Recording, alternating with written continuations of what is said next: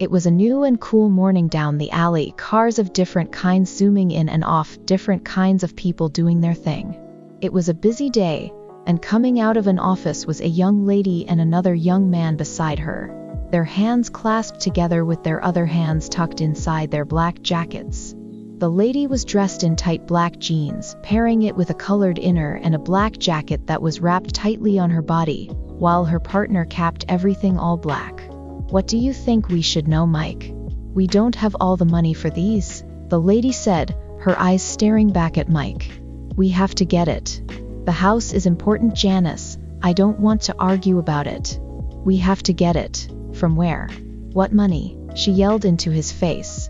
Mike breathed out, the cold air being visible to Janice as he did so, making her move towards him and wrap her hands around him.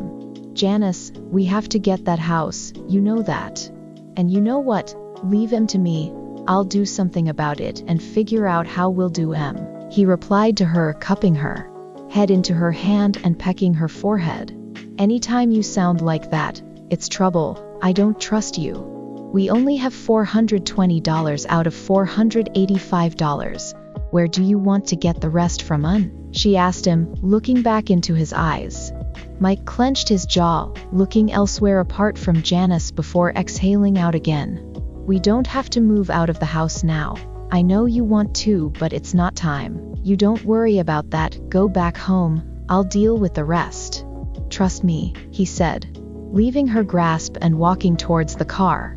"Don't worry, baby?" she asked with raised brows.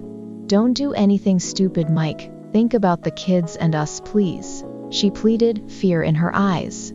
"Trust me," his lips curled up as he winked at her. "Now get into the car and let me drop you home. I have to meet with the others," he said to her, entering the car and closing the door.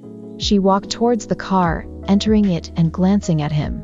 Their eyes met for a while before Mike leaned and kissed her forehead. "Trust me, baby.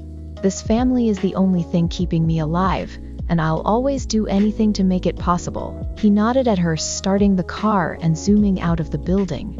In another downtown street, a 6 feet tall man was leaning against a black Hummer Keep with a blunt rolled in between his fingers, the smoke coming out of his lips and his other hand tapping on the phone in his hand.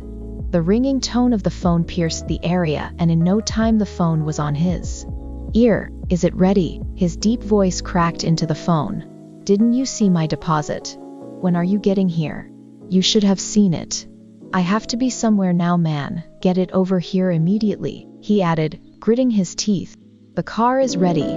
And yes, I've seen your deposit. You still have $20 to go. Would my payment be available?" the other line requested. "This week, I have another deal of $100 coming this week. I'll pay you up then. What do you need a car for, Eric?" "As far as I know, you have much of it to change.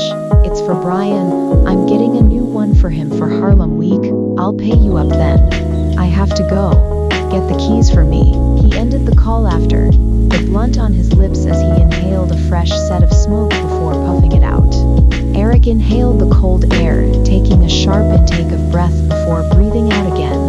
Closing his eyes for a split second, he opened the car door and got into it, his hand on the steering wheel with a clenched jaw. He had to be in the house now, with the others, and start the counting before someone calls. He closed his eyes again, leaning against the wheel as his chest rose and fell. The sound of tires screeching echoed through the air, but Eric did not take his head off the wheel. He clenched his jaw, waiting for that one thing before it finally happened. A knock finally resounded on the car glass, making him look up. With a raised brow, he rolled down the window glass before the other man passed him a pair of keys. "Thanks. It was nice doing business with you," he nodded. "Same. It's at the back," the other replied, before moving out of the door. Eric got down of his car, jiggling the other keys in his hand before opening the new car and getting into it, his lips curling up as he felt the interior. He looked up to the other guy, who was in black sunglasses with a smile at the edge of his lips. "You come here every time and take a new ride, interesting," he said.